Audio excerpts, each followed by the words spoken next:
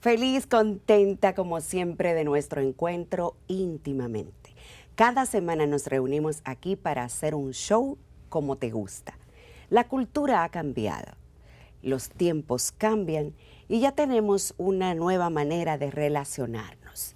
Ahora tenemos en la moda la sologamia, un matrimonio que se hace con la misma persona como una muestra de amor propio, de sentir que las personas se casan, que se ponen un anillo, que hacen una ceremonia y todo esto para mostrar a los amigos cercanos que las personas se están amando.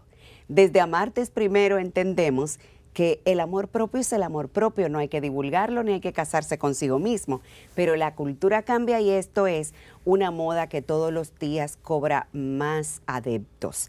Todos los días crecen la gente que quieren casarse y todos los días tenemos más casos de sologamia y también de personas que deciden estar en pareja, pero uno en cada casa. O sea, cada uno en su casa, se juntan cuando quieren y se separan cuando quieren.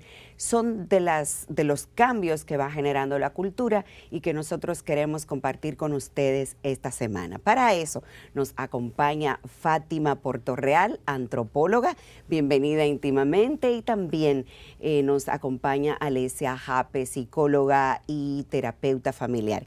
Bienvenidas las dos a esta casa de Íntimamente para conversar sobre este tema. Y empezamos de inmediato con la sologamia. ¿Están ustedes familiarizadas con lo que está ocurriendo con la sologamia?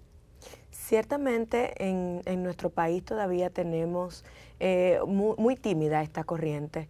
Vemos mucho más estas tendencias en Europa y en Estados Unidos, pero justamente tiene que ver con hacer del simbolismo tradicional del matrimonio un acto, vamos a decir, de divulgación del amor propio, pero a mí me llama mucho la atención justamente por el simbolismo del acto y cómo se desafía una institución social que es el matrimonio, ¿verdad? Para también romper estereotipos muy vistos desde la idea de la soltería, desde la idea de no tener hijos, desde la idea de casarse. Y justamente la mayoría de las personas que utilizan este simbolismo son mujeres. Entonces tiene que ver mucho con esa construcción de identidad femenina a partir del cuestionamiento de los estereotipos que se han institucionalizado históricamente.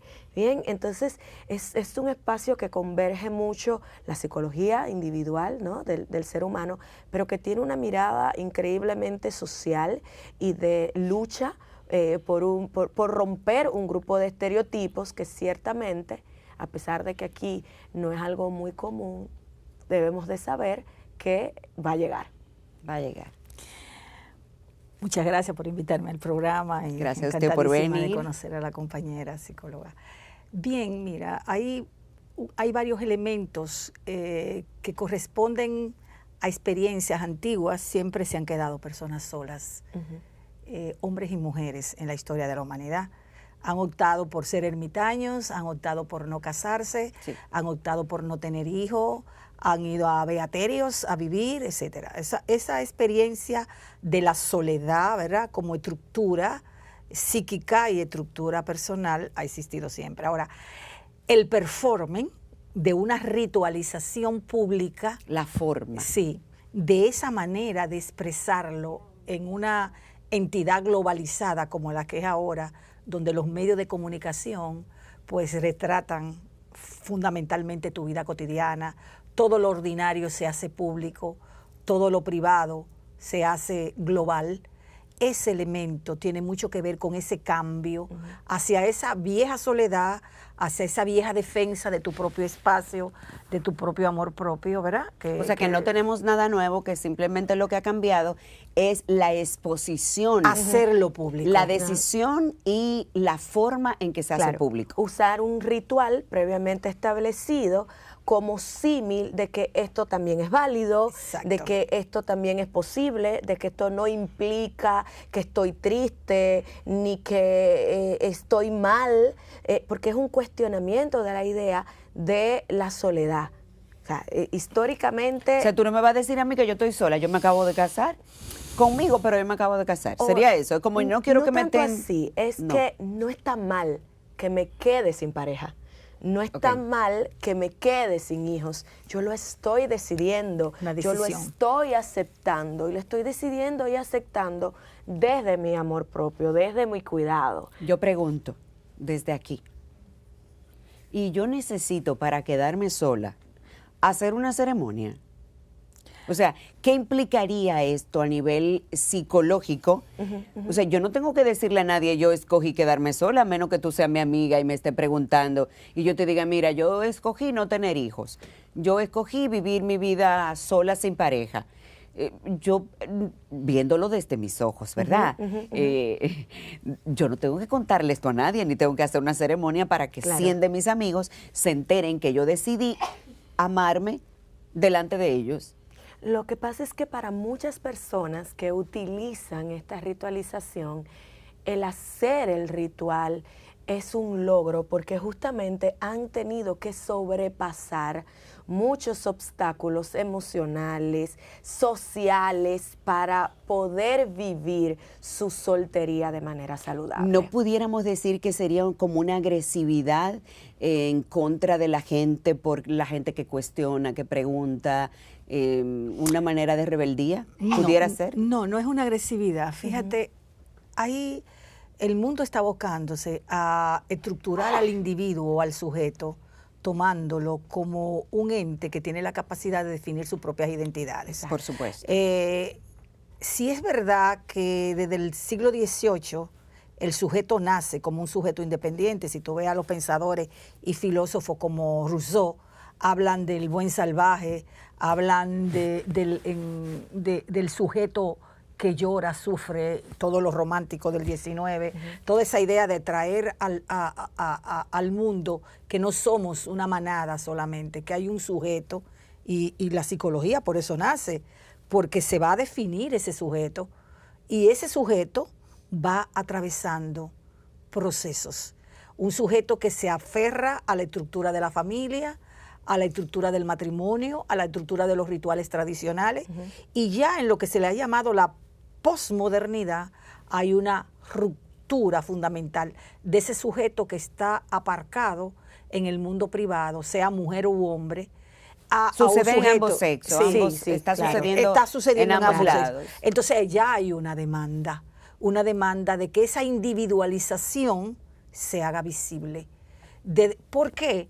Porque el que se quedaba solo, que lo hacía, hombres o mujeres, claro, toda la era vida atacado por su sexualidad, era atacado por ser una persona que no ha tenido capacidad. Todavía yo escucho mujeres que dicen, fracasó porque no se casó. Exacto. Ajá. Eso, en esta cultura. Porque en esta cultura el matrimonio, tener hijos, seguir los reglamentos tradicionales del entorno cultural era lo visible para las mujeres.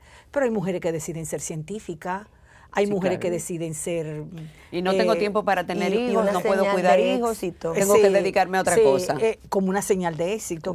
Y entonces, ¿qué pasa ahora en un mundo cultural donde la estructura del sentido de una mujer o de un hombre está diciéndose, yo soy capaz de existir sin una relación matrimonial formal? Yo soy capaz de hacerlo visible al mundo, porque estoy en una estructura política, social, económica, global, donde mi cultura, a pesar de que tiene esos lazos que me encierran en esas cosas, me permite y me abre. Es por eso la demanda de las identidades. Las identidades hay que definirlas dentro de un marco psicológico y dentro de un marco cultural. Claro. Es una defensa política al derecho de existir como sujeto y de expresarte en un marco de diversidad. Por eso tú ves que el LGBTQ+, ¿verdad? Hay una demanda sobre sus identidades. Y tú lo vas a encontrar también en una demanda de... Todavía no me acostumbro a la cantidad de letras, no los asocio ni los puedo definir porque son muchos y porque es que me va a costar un tiempo adaptarme. Con las identidades, pero identidades que han existido desde siempre y que pues ahora lo que estamos haciendo es permitir... Visibilizándolas. Una visibilización a partir de un nombre, porque es que los rótulos, así como los rituales, son importantes para establecer un orden social, para darle significado a las cosas, para tú poder estructurarte. Entonces, es un cuestionamiento, pero no es un cuestionamiento agresivo, no es un cuestionamiento irrespetuoso. Digamos que es el uso de un ritual tradicional que tiene un significado a un significado similar, porque al final, ¿qué es? Es establecer un compromiso. El matrimonio es eso, el establecimiento de un compromiso entre dos personas. Lo que se hace es establecer el compromiso conmigo misma. Establezco un compromiso conmigo. Claro.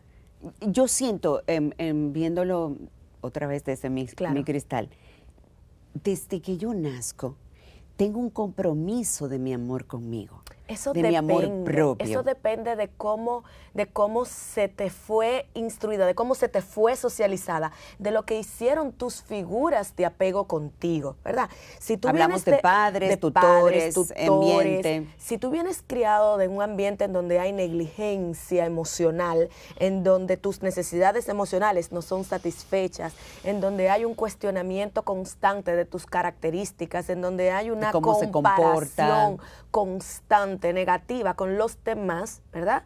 Ese autoconcepto tuyo está muy frágil y está demasiado desligado de lo que tú eres. Y tú tienes una distorsión de tu misma imagen. Sí. O sea, tú no eres capaz de verte, de verte de manera objetiva, ni ver tus características, tus fortalezas, como ver tus debilidades, porque el autoconcepto tiene que ver con ser consciente también de nuestras posibilidades de mejora.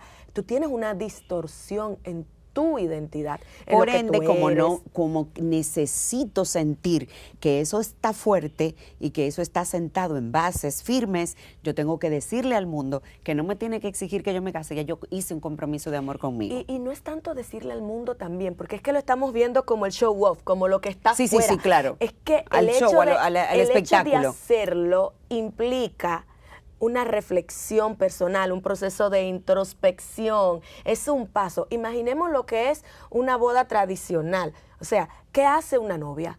Esa novia se implica en un proceso de preparación y en ese proceso de preparación hay estructuras mentales que se van modificando, esa persona se va preparando. O sea, el ritual ayuda, ¿verdad?, a que la persona se prepare para el cambio de vida que tiene. Eso mismo pasa en la persona. No lo veamos solo como el evento, lo que se ve, veamos como el proceso también que tiene que hacer la persona para llegar al evento.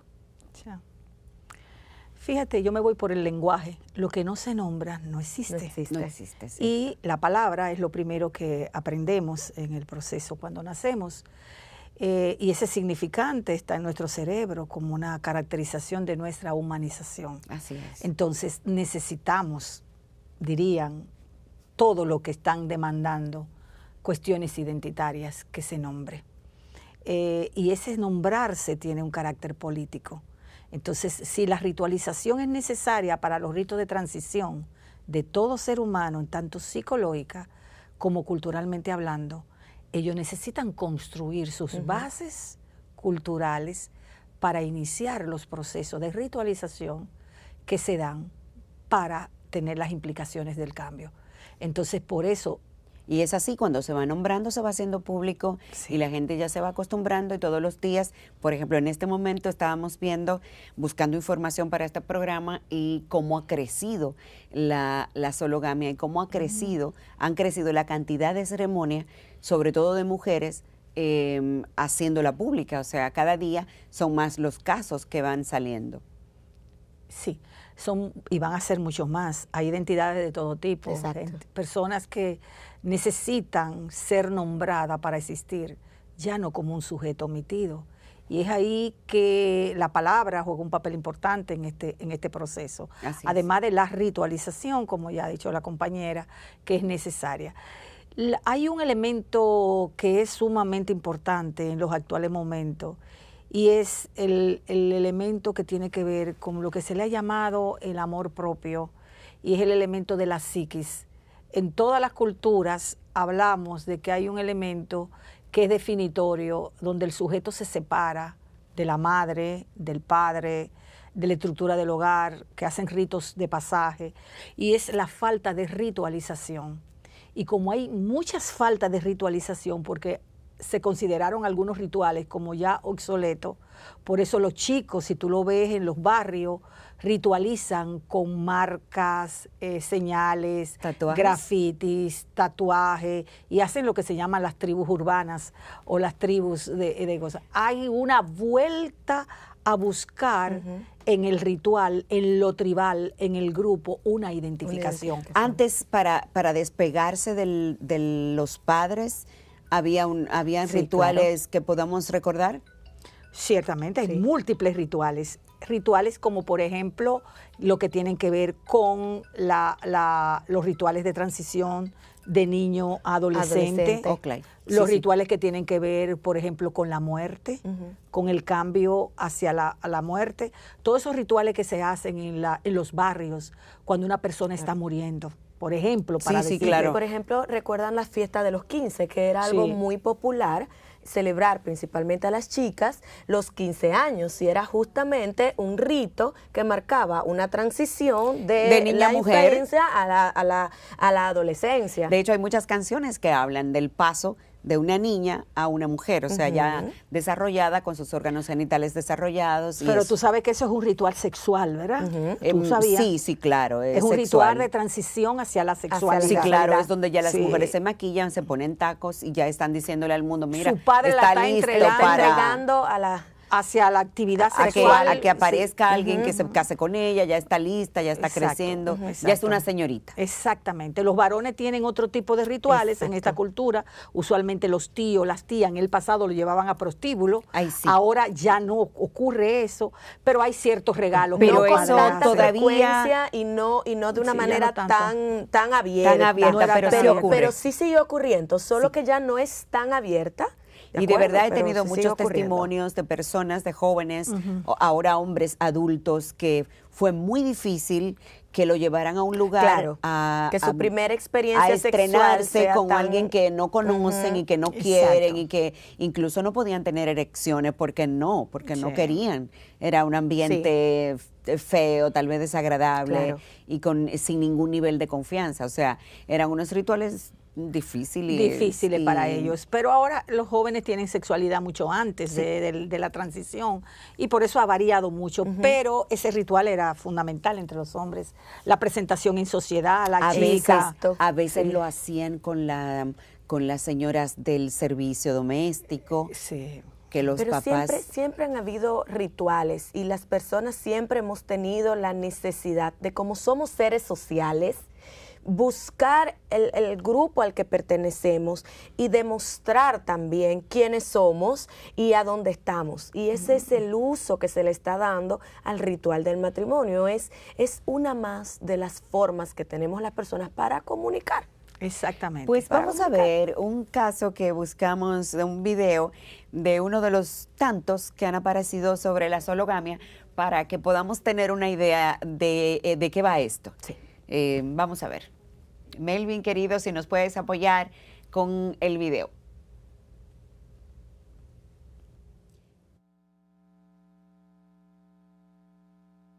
Felicidad, ya tenía muchísimas ganas de... Familia y amigos, y gracias a Dios. ¡Que viva el amor! Pues con muchísima felicidad, ya tenía muchísimas ganas del momento, y para mí fue de las mejores decisiones que he tomado.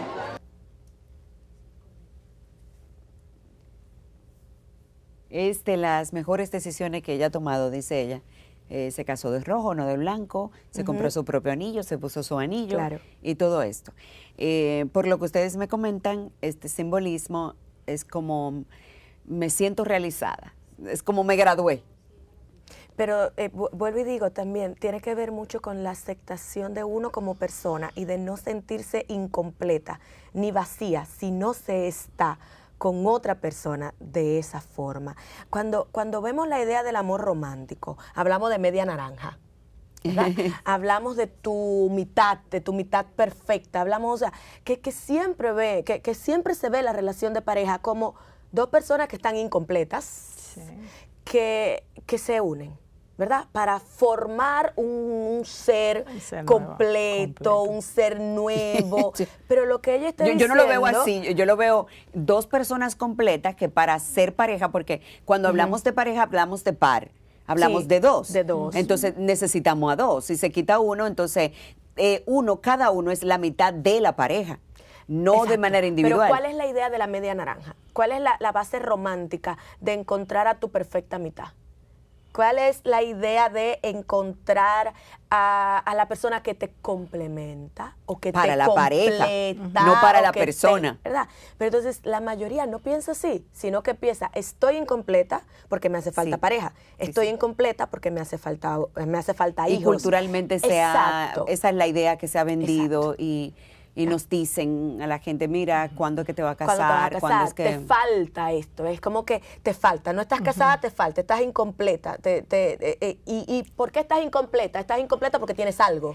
Porque, y muchas veces tienes un error. Hay un refrán que la gente comenta mucho, mira, yo me casé, yo tuve mis hijos, yo me realicé. Sí. Esa idea de realizarse, Exacto. esa idea de la falta, esa idea del fracaso a las mujeres solteras, es propio de una sociedad patriarcal, es sumamente occidental. Sí. Porque si tú te miras a las culturas precolombinas o las culturas incluso indígenas tienen otra mirada hacia el proceso. Y las uniones de pareja se hacen de otra manera. De otra manera, no necesariamente está vinculado el sentido del amor tradicional como lo vemos en Occidente. O sea, hay cambios diferentes en torno a eso.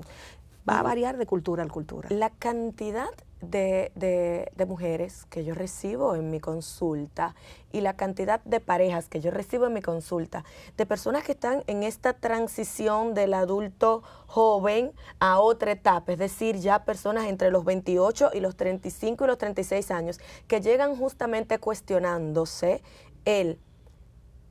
yo estoy bien estando sola. Sí.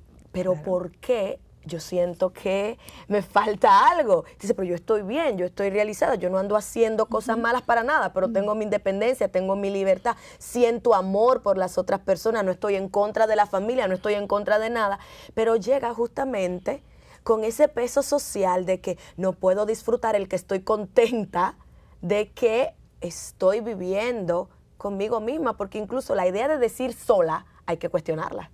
Porque no es que estás sola, no es que estás solo, tú sigues teniendo vínculo con tu familia. De hecho, yo pienso que nadie está solo nunca porque como no seres necesariamente sociales, no significa que esas personas que adoptaron la sologamia no tienen relaciones sexuales. Exacto. Eso es un punto que quiero abordar. Eso es un punto que quiero abordar y que es muy interesante porque queda abierta la posibilidad de relacionarse sexualmente como una necesidad incluso de amar, fisiológica. Incluso de amar a otra persona, claro. Incluso de seguir teniendo una relación de pareja. ¿No es excluyente? A nivel antropológico, a nivel del cambio de la cultura, de cómo se ha ido desarrollando y cambiando los tiempos, ¿qué tipo de relaciones se da cuando se escoge vivir sola?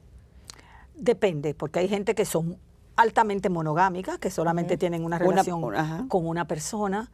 Hay personas que tienen relaciones con 3, con 4 al mismo tiempo, que es muy común en esta época.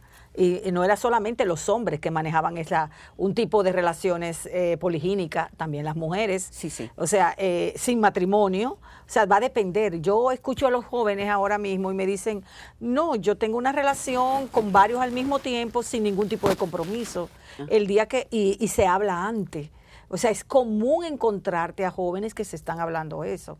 Eso ya es una decisión personal. Sí, es muy personal, es muy personal. Incluso personas que deciden tener relaciones entre 3 al mismo tiempo. Sí, por supuesto. Y es mucho más abierto ahora esos temas en Europa, por ejemplo, que aquí.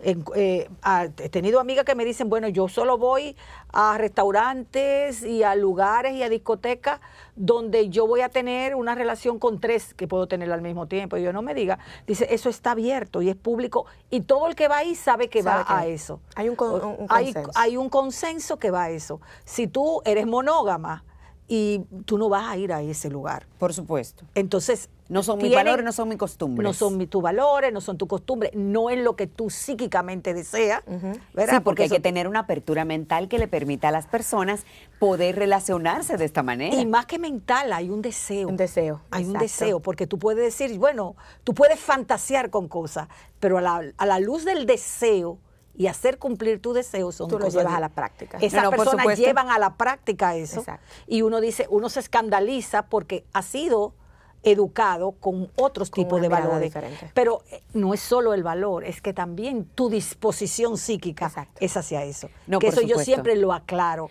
Hay una, yo estoy involucrada en estos temas desde hace muchos años y me preocupa, por ejemplo, la salud, que cuando se tiene múltiples parejas compartimos los fluidos y eso conlleva una situación adicional al deseo y a la manera de relacionarse y de tal vez satisfacer una necesidad del cuerpo, una fantasía sexual, un asunto de placer. Claro, pero también Inmediato. Volvemos a los nombres, a los significados, a los rótulos. No es lo mismo la poligamia, el poliamor, de tener relaciones ocasionales con varias personas a la vez. O sea, tenemos también que empezar a poner un poquito de orden en cómo vamos a nombrar y cómo vamos a ver las diferentes formas de relaciones que se están haciendo, vamos a decir, públicas, porque no es que no han existido nunca, Siempre han es que se existido. está haciendo público. Sí, sí, sí. Todos nosotros nos debemos acordar, quizás de nuestro barrio, de este hombre que tenía 3 familias, y esas Sí. 3 familias vivían en la misma comunidad, En la misma calle. en la misma calle, y cada uno de los hermanos hablaban entre sí, y No, las y de hecho mujeres se cuidaban a los se hijos. cuidaban y se En las apoyaban. zonas rurales yo he encontrado casos de mudada en la misma casa. Vamos a contar un caso de eso que usted se ha topado, Bueno, porque hay muchos estudios y aquí muchísimo, en la claro. zona, en las más rurales, todavía existen muchos más casos que no conocemos en la ciudad. Mira, yo me encontré un caso muy particular haciendo unas entrevistas en Las Espinas, en Constanza, una comunidad muy en el extremo de la cordillera. Y yo pregunto por la señora de la casa y él me dice, bueno, es ella mi señora. Y bueno, y pasé a entrevistar a otra que estaba en el mismo campo y me habló del mismo personaje, ese es mi esposo. Y yo le dije, pero él no es esposo. Dice, no, es que nosotros somos 5 Mujeres mujeres y vivimos todas juntas en la misma casa. en la misma casa. Exacto. Y el señor de Las Espinas, me acuerdo yo lo entrevisté entonces personalmente a él y él me dijo, sí, son 5. Y yo me encontré ese caso también en Asua, Pueblo Viejo Asua, me lo he encontrado en Baní, me lo he encontrado en Elías Piñas, pero en el caso de San Juan fue el único caso dominicano que yo encontré una mujer que vivía con 2 esposos. En la misma casa. En la misma casa. Y ambos estaban contentos. Y Ambos estaban tranquilos, porque usualmente ese tipo de relación tiene primero una aceptación cultural en la sociedad donde se Exacto. hace. Las sociedades poliándricas, donde una mujer tiene varios esposos, por ejemplo en el Tíbet o en el Asia, eso es normal. Sí, En el sí. caso de aquí, no, porque no entra dentro de los valores. Sin embargo, esa señora tenía una relación y el otro se acercó y ella lo aceptó. Y en su vecindad saben que ella es con esos 2 esposos. Pero y la han ellos también saben. Claro, ellos viven juntos y duermen en la misma cama. Cuando yo la entrevisté por un trabajo que tenía que ver con agricultura, porque estamos en las áreas rurales de San Juan de la Maguana, ellos vivían en la ciudad, y lo entrevisté, ella dijo, estos son mis 2 esposos, y ellos se identificaron perfectamente como sus 2 esposos. Luego, ¿Tiene hijos ella? ella tuvo hijo de un matrimonio anterior. Anterior. Porque esto también, yo siempre vivo buscando la lógica de las cosas. Esto también complica cuando, si en este caso una mujer decide tener hijos, ¿cómo va a saber de quién es el hijo?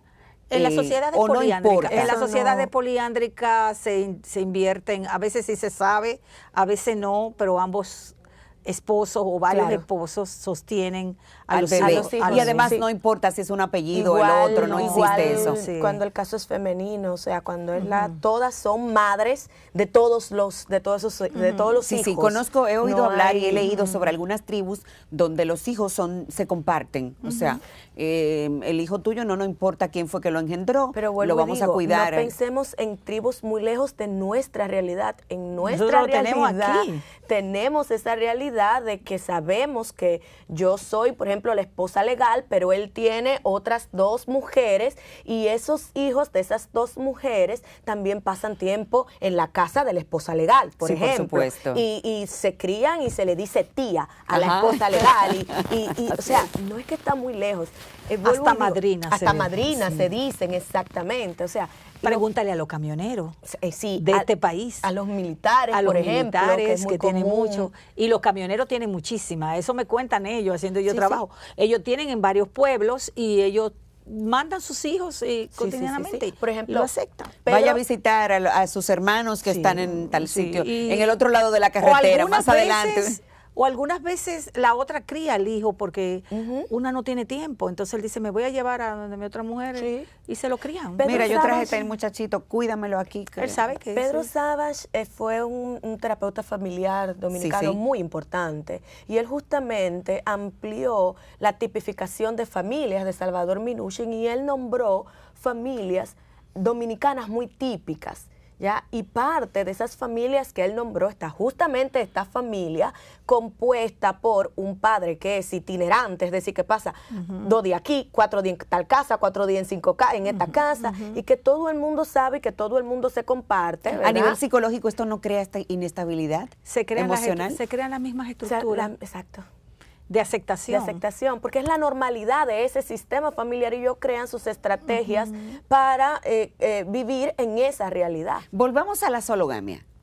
Hay algunas características, tú hablabas de cuando se va desarrollando la persona, con qué estructuras de firmeza tiene, con qué patrones familiares se está criando. ¿Hay algunas características que ustedes puedan haber observado en personas que deciden quedarse sola? Ya no como una ceremonia como estas, que están de moda y que se llama sologamia, sino cuando la persona decide, mira, yo voy a vivir solo y voy a disfrutar mi sexualidad de una manera distinta, como se me ocurra. Es que hay tantos inicios y tantos finales que crear una tipificación única incluso muy pudiera difícil. ser peyorativo para muchísimas otras realidades. En mi consulta, las personas deciden, por ejemplo, las personas que han decidido no vivir en pareja, porque no es lo mismo, vuelvo y digo, no es quedarse sola, es que tenemos que cuestionar No, claro la que idea sí, claro de que sí. quedarse No, es solo, diferente. porque es no vivir No vivir en pareja. No es lo mismo que quedarse sola, vuelvo y digo, una persona que no vive en pareja sigue teniendo lazos íntimos muy significativos. Y afectivos, amigos, muy significativos. amigas. Sí, yo conozco a muchas personas incluso que... amor romántico hacia otras personas. Hacia otra persona. No, tenemos que quizás el hecho de que hablemos de vivir sola, ya ahí estamos viendo un estereotipo, ahí estamos ya viendo una tipificación negativa de no vivir en pareja, porque no es quedarse solo. Dentro de esto que ustedes mencionan de que no es quedarse solo, también hay personas que deciden quedarse sola. O sea, yo conozco... ¿Como ermitaño? Sí, conozco personas que tienen una vida social normal, común, corriente, pero deciden no tener más pareja. Dicen, Pero mira, ahí yo está, no quiero. esa persona que tiene una vida social no está sola. Es lo que trato, No, de, por lo que supuesto. trato de decir. Sí, Por cuando eso hablamos de hablé soledad del pareja, ermitaño, de soledad hablamos del pareja. ermitaño, Soledad que pareja, ya- soledad sí. pareja. Sí, pueden ser varios factores. Factores como no tener apetencia sexual, que hay mujeres Que hay y hombres muchos, que hay no muchos. tienen apetencia sexual. Factores como de represión, que puede ser que son personas muy reprimidas con su sexualidad. Puede ser que vengan de hogares muy religiosos y póngase usted que sea homosexual. Sí, Y no también. quiere hacerlo público. Sí, sí, Hay no, personas que prefieren, para el dirán social o de la familia, aparcar su sexualidad. Conozco Sí. homosexuales que sienten vergüenza de su condición Sí. y prefieren vivir sin pareja. Sin Lo pareja. escogen, dicen, no me relaciono. Incluso por una Sí. mala elaboración de traumas, De traumas. tú puedes también decidir no vivir en pareja. Es- Eso iba a Exactamente. decir también porque conozco algunos casos de personas que fueron tocadas, que le agredieron emocionalmente y físicamente a nivel de sus límites violados, límites sexuales, a muy temprana edad, y después tienen miedo y no quieren Incluso- entrar en ese tipo de incluso Pero la relaciones. vida adulta pero ya. fíjate, es una cosa interesante saber, la mayoría de los que han sido violadas tienden, hombres o mujeres, a tener más sexualidad que aquellos que no Sí, tienen. sí, Esa sí, es la muy- tendencia. Esa es la tendencia, ¿cierto? Esa es la Hay una tendencia, sí. hipersexualización. Que hay una ¿verdad? hipersexualización. Ajá. Principalmente y- cuando es en las primeras etapas, Ajá. en donde el niño no comprende bien lo que está pasando, no comprende, no le puede dar un significado a lo que está pasando, Sí. y pues empiezan entonces a aparecer un grupo de deseos sexuales que el mismo niño desde su inmadurez no es capaz de entender, Y no muchas es veces lo capaz de hacen sin manejar. ningún deseo sexual, sino como Sí. una práctica ya, porque es como automático, se va Hay una haciendo. hipersexualización. Sí. Lo que nosotros encontramos más en clínica es que las personas que han sido violadas tienden a tener más relaciones y a exponerse más a la violación por Sí, sí. traumas. Por Y, traumas. de hecho, lo buscan las escenas, los escenarios. Es el trauma. Van a lugares Es que donde es el le mismo pueda trauma. facilitar. Es el Es que trauma. regularmente la persona que fue violentada sexualmente tiende, por parte de la manipulación del mismo agresor y de la connotación social que se le da, a entenderse responsable y culpable de su transgresión, Así es. a entender que tiene algo que hizo que le pasara, Ajá. ¿ya? Y entonces hace de esa violación parte de su propia identidad y de su propio significado. Así ¿bien?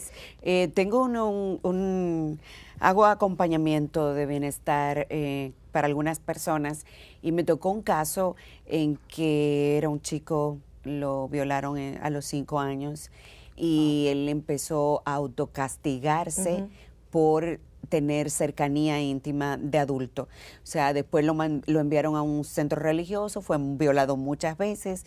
Entonces, de adulto, él asume la homosexualidad, chévere, bien, pero cuando él entiende que alguien como que él se está relacionando desde el afecto, él huye. Teme. Sí, Sí. huye, se va. Hay un Y trauma se, ahí, claro. y se autoagrede Claro. incluso por esta Claro. situación. Claro. Entonces, cuando se va a relacionar, casi siempre le toca repetir de nuevo una relación de agresión. Porque inconscientemente el reflejo de su espejo, él lo va a ver. Eso es lo que Así es. nosotros llamamos la mirada del espejo, de los sujetos que están en un fondo de mirada horrible. Es Realmente amamos al otro a la luz de nuestros espejos, lo que vemos en Así el es. otro. Y entonces cuando estamos más sanos podemos distinguir, Claro. mirar, ¿verdad? Mirar, Ay, sí. olfatear, escuchar aquellas cosas que son comunes a nuestras experiencias psíquicas Así de es. dolor. Hay elementos de y nos proyecciones. retiramos y nos retiramos de eso.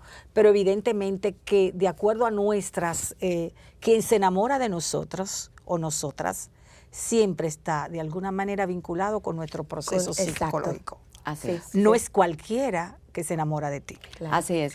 Tratando el tema de la violencia de pareja, siempre digo, no llega un hombre maltratador donde hay una mujer que está sana, porque una mujer sana sabe y puede escoger, puede Olfatea distinguir, inmediatamente. olfatear. Él llega, pero pero no la se queda. mujer psicológicamente sana pone un límite Sí. e inmediatamente lo retira. Porque es que no es que hay nada que haga que uno como que busque. Esa idea de que tú estás buscando, también hay que cuestionarla porque te hace responsable de un maltrato, que tú no eres la responsable de este maltrato. Es que socialmente todas tenemos la misma posibilidad de que se De nos encontrar un acerque, maltratador. exacto, una persona maltratadora, pero nuestra salud mental, la Ayuda a integración de distinguir. nuestra personalidad, Claro, ayuda y a a distinguir y a decidir. poner un límite. Y a tener saber un qué límite. te dice. Hay Claro. elementos que son muy claros cuando una persona te, Son muy te va a claros agredir. cuando tú tienes la información Cuando tú de estás que sana. incluso eso es violencia. Así Porque lo es. que pasa es que dentro de nuestra educación hay muchas informaciones que nos validan algunos elementos violentos. Las mujeres son así, los hombres son así, lo hace así porque Se te normalizan quiere, todos muchas- los hombres muchas son de esta formas. manera. Entonces tú nunca jamás te vas a dar cuenta de que esto es una bandera roja. ¿Por qué? Porque tú fuiste educada y fuiste educado en un sistema social en donde validaba eso como una forma de relacionar y como una forma de demostrar amor. Exacto. Él me cela porque me quiere. Él me persigue porque quiere darse cuenta de ella me recibe el Eso es celular violencia. de tal Sí, de entonces tal cuando manera. cuando tú estás sano, tú ya conoces tus Claro. límites.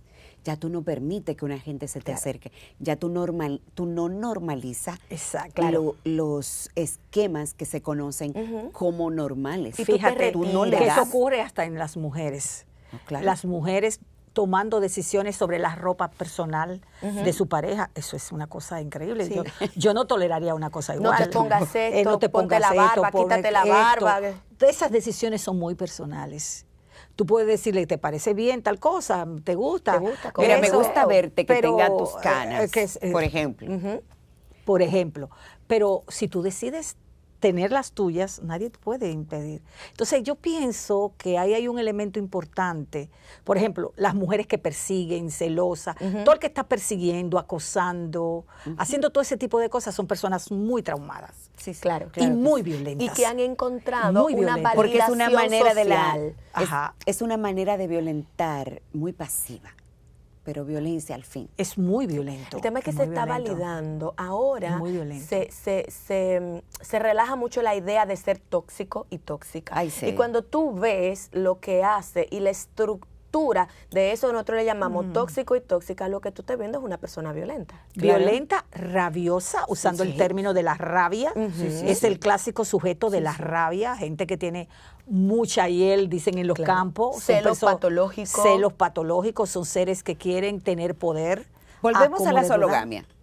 Para no dejar el tema Sí, ¿cómo suelto, no? este tema es muy interesante y de verdad que con ustedes pudiéramos hablar 1, 2, 3, muchos programas y muchos temas porque hay que orientar.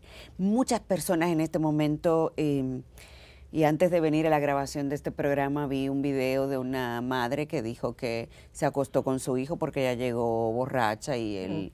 Entonces hay temas como que hay que poner cada cosa en su lugar, independientemente de que la cultura haya cambiado y que ya tengamos grandes aperturas mentales y muchas estructuras familiares distintas, como que debemos ir orientando hacia dónde vamos y qué podemos hacer por la salud individual y colectiva.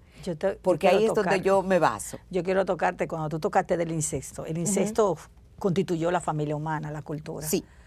El incesto ha sido un universal, nosotros decimos un universal en todas las culturas. Hay una prohibición tácita de tú tener una relación con tus grados más cercanos. Se establecen en un plano claro. Hijos, hermanos, y eso tíos. crea en la estructura de nuestra psiquis, hay arquetipos universales que están aclarados. En la estructura jurídica nuestra, eso es penado. Claro, es En nuestra estructura delito. psíquica, eso es una falla, y tú como psicóloga lo sabes, una falla terrible de la mujer o hombre que ha sido violado por sus padres. Eso es casi trabajar con esas personas, es una lucha continua. Es una de las afecciones más difíciles de tolerar, de superar. O sea, reelaborar el trauma, ¿verdad? Darle un significado a cuando tu papá, tu mamá, un tío, un abuelo, un hermano y una hermana violenta tus límites sexuales. Es muchísimo más complicado que cuando es un extraño. ¿Por qué? Porque quien te está dañando es quien está abocado a protegerte, es quien está abocado a formarte. Y esto hace una confusión mental. Mucho más. Pero terrible. Para el niño. La violencia si logra sobrevivir a eso, muchos se suicidan, muy común el suicidio. O sea, estamos hablando de las autolesiones, las personas, términos, los límites, las personas límites, borde, de personalidad. A veces están vinculados con trastornos que vienen de Conocí allá. un caso donde una señora es alcohólica, ella toma alcohol y ella me hace una historia de que cuando ella era pequeña, los indios entraban a su casa y le daban alcohol.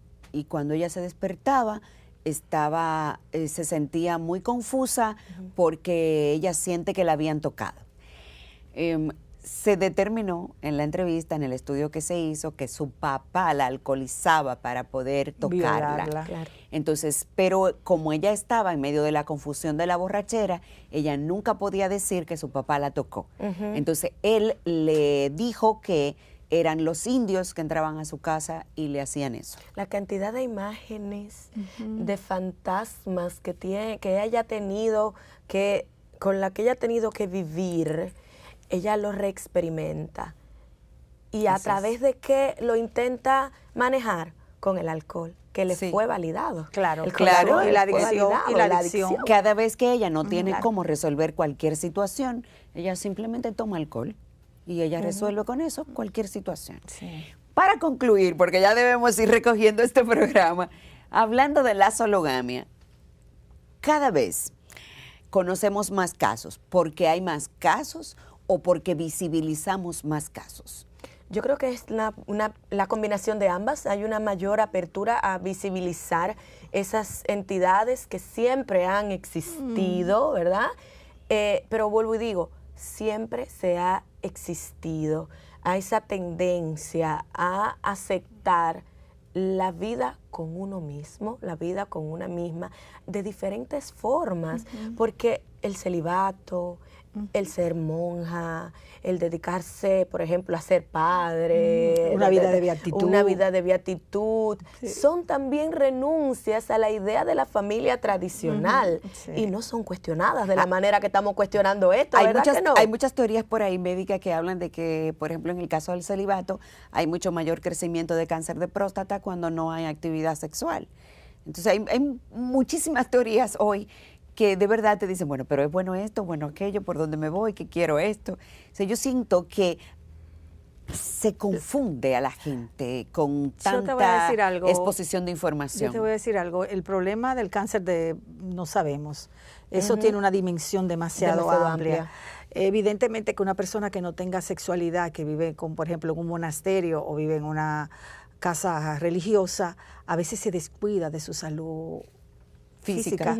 Y encontramos muchos casos de mujeres con cáncer de mama y con cáncer de útero. Y no es porque se expongan a virus ni nada, sino simplemente porque Se desconectan de su corporalidad. De su corporalidad. Al desconectarse de su cuerpo, evidentemente que el desconecte del cuerpo provoca situaciones. O sea, no podemos hoy día hablar de que la falta de tal cosa, Claro, porque produce también una esto. vida promiscua, para usar un término También. excesivo, sin reproche, sin ponerle yo un apellido de violento, malo o de buena. de malo o de bueno, tener varias relaciones al mismo tiempo, también te puede llevar a problemas de tu cuerpo, porque Por supuesto. te expones más. Claro que Evidentemente que hay enfermedades que son más recurrentes Sí, en aparecer una en tu persona vida en una sexualmente persona activa. que está sexualmente activa y con varios. Eso es real. Eso es real y se ha probado, por ejemplo, que las mujeres que más sexo tienen con personas diversas y hombres con personas diversas están teniendo más problemas. Claro que sí, Porque hay más problemas todo de salud. Más problemas de salud. Pero también hay muchos Porque hay medios menos hoy. sistemas de control. Sí, hay menos sistemas de control, pero hay muchos medios hoy que tienen para protegerse, Sí. que no era lo que se tenía antes. Que antes no había. Exacto. Era así, ahora hay mucha facilidad. En el caso de la sologamia, ¿hay algunos factores que estén influyendo a que las personas decidan estar solas? Porque sí conozco de mujeres que, por ejemplo, tuvieron sus hijos, tuvieron pareja y después deciden quedarse solas o solas sin pareja, para que no entremos de nuevo en el término, quedarse solas sin pareja o tener pareja pero en casas separadas.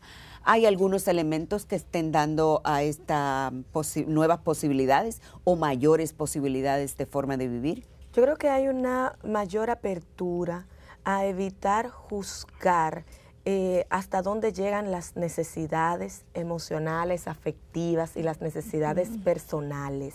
Es decir, el que antes una persona dijera yo decido no tener pareja era altamente cuestionado, Claro. era visto de manera negativa, se empezaban inmediatamente a buscar No, qué y de tiene un malo problema tiene esta mental, esa persona. muchacha está loca. Tiene un problema mental, pero ahora hay una mayor Es una apertura. majamona amargada, Exacto, decía. hay una Entre mayor otros tantos apertura. términos. Hay más respeto a entender que las necesidades son personales y que hay algunas necesidades que vamos a decir, se satisfacen y al satisfacerse ya tú buscas entonces otras necesidades y buscas otros canales para suplirlas. Así es el ser humano. Hay personas que realmente entienden, ya yo pasé por el proceso de estar casado, yo ahora tengo una perspectiva diferente de la vida, tengo metas diferentes y esas metas como las tengo estructuradas, no coordinan con la vida de pareja. Exactamente. No, y vimos en el caso del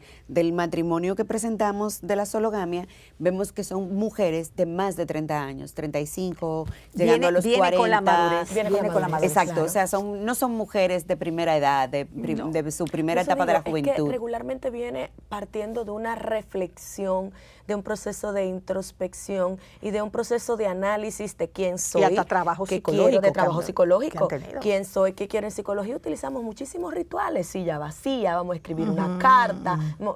Por eso los rituales tienen poder. Claro, tienen ¿ya? poder, mucho y poder. regularmente son la demostración de un proceso, es decir, el culmine de un proceso y la entrada a otra etapa. Por eso si quizás no lo vemos como una moda transitoria, si posiblemente no lo vemos desde la idea de que se está utilizando una figura tradicionalmente constituida y lo vemos desde el valor psicológico personal, nos damos cuenta que realmente lo que la persona está es celebrándose y celebrando una decisión. Una última pregunta. Tenemos una gran cantidad de mujeres, sobre todo mujeres, también hombres, pero le escucho menos, que en este momento dicen, yo no necesito a nadie.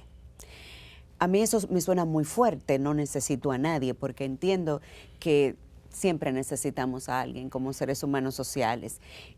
¿Tiene que ver esto con la decisión de vivir solo sin pareja? Sí. Ahora, ¿qué es no necesitar a nadie? Es que vamos a tomar tres o 4 horas hablando de esto. Sí, tú necesitas a una persona para hablar, tú eres un ser social, si se daña algo, tú no tienes esos conocimientos, tú necesitas a otra gente. Ahora, ¿qué significa no necesitar a nadie? No necesito vivir en pareja. Eso es que hay que aclararlo. No necesito vivir en pareja. Eso es lo que no saben decirlo, lo nombran de otra manera. Claro, en yo me términos culturales. basto. Ahora, eso no significa que no ame, esto no significa Que que no no tenga quiera, sexualidad. eso no significa que no tenga sexualidad, pero no me siento ni vacía ni incompleta, no Exacto. siento que tengo una deuda. Y hay otro punto también importante, que yo lo entiendo que es muy respetuoso.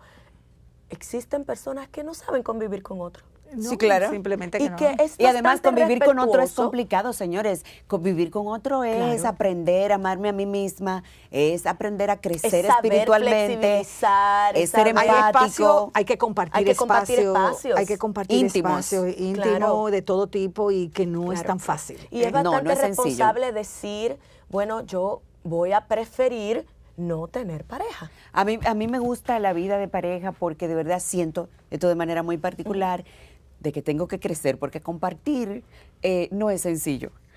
Compartir espacios íntimos como el baño, compartir cosas muy cercanas, Ideales, requiere creencias. ideales, proyectos, Ujú. requiere de mucha madurez y requiere de mucho crecimiento. Yo pienso que también hay una parte aquí, y ustedes me apoyarán, de que son muchos los elementos que se necesitan para convivir con otras personas y que, bueno, esto de la sologamia es como facilitar la vida. Tiene Había- la palabra para que concluyamos este Yo no tema. diría necesariamente facilitar, sino encarar la vida desde una perspectiva diferente. Ok. Porque cuando vemos la vida en pareja, socialmente la vida en pareja te da ciertas garantías, ¿verdad? No vas a morir solo, vas a tener quien te cuide, vas a tener Bueno, con eso- quien compartir, eso nunca se sabe. con Eso quien no tal se cosa. sabe. No se sabe, pero hay como esa expectativa sí. de que la vida en matrimonio es una vida que, como es compartida, va a ser más fácil, va a ser menos solitaria, va a tener un significado diferente. Y lo que hace la persona es entender que yo también puedo ser feliz, yo también puedo sentirme realizada, Claro. yo también puedo ser exitosa sin la obligatoriedad De de tener pareja. cumplir con este rol, de que yo puedo decidir si lo hago o no lo hago. Claro, claro. Hablemos de sologamia para concluir. Mira, la tendencia es exactamente esta. Puedo vivir sola, puedo compartir con un grupo, puedo tener sexualidad sin estar emparejada bajo un matrimonio, puedo incluso hasta tener hijos en soledad, Claro. hasta adoptarlo lo que quiero. Ese es básicamente el planteamiento.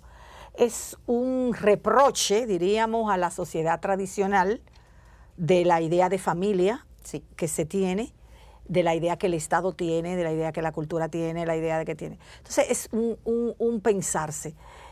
Me quedé pensando en las horas que yo tengo que dedicar a escribir, que son muchas, y a leer, y que son prácticamente de soledad. Sí, sí. Cuando yo no tengo pareja ahora mismo, pero a mí me resultaría muy difícil volver a vivir en pareja. Sí. O sea, no significa que yo no me abro a la pareja, Claro. No, ni entiendo. a tener una pareja, podría tenerla, pero yo preferiría que estuviera en otro lado. Y Porque yo en mi entonces propio tendría que espacio. modificar los Yo tendría que hábitos. modificar mis hábitos que yo tengo para mi lectura, para mi escritura, que escribo novela, cuento, antropología, ciencia, y eso es como sagrado para mí. Yo entiendo. O sea, tú puedes entrar, me saluda, pero ese espacio es mío. Es mi espacio creativo. Yo no quiero compartirlo. No quiero Igual- compartirlo. Me pasa igual en algunos momentos. Sí. Yo quiero estar sola Yo creando quiero estar alguna sola, cosa. creando cosas. Entonces yo dedico mucho tiempo de mi vida personal a eso. Entonces las relaciones de amigos, que tengo mis amigos con los cuales salgo, Sí. comparto, exacto, y yo lo hago. Pero ya de ahí a pensar en eso, y el día que tenga una pareja, que puedo tenerla, no lo estoy pensando ahora mismo, que la tenga, esas son mis condiciones. El que no me acepten esas condiciones no va a Claro, tener. porque hay que aprender a hablar para hacer... Claro. Y poner límites. Y poner límites para Eso poder para mí es estar en vital, pareja. mi soledad. Y yo no voy a hacer un matrimonio de soledad ni nada de Claro. eso. Simplemente yo he optado por ser una persona que me dediqué a la ciencia, que me dediqué a la escritura, que me dediqué a crear. Y eso es para mí sumamente valioso. Y maravilloso. Y maravilloso. Es Y yo soy innegociable. muy feliz. Entonces, Hablemos- ese concepto que no se escucha, que la gente entiende que yo soy muy feliz. Exacto. Sí. Entonces, Sí. ese es el problema. Es que la felicidad no tiene que ver con una relación de pareja. tiene que ver. La felicidad es otra Es cosa. personal. Me Es encantaría personal. seguir hablando, pero el tiempo se nos termina. Gracias por estar con nosotros. El amor propio no hay que divulgarlo. Divulgarlo tiene unas razones que han quedado muy claras aquí y muy bien explicadas. Gracias a las dos. Esto es Íntimamente, un show como te gusta.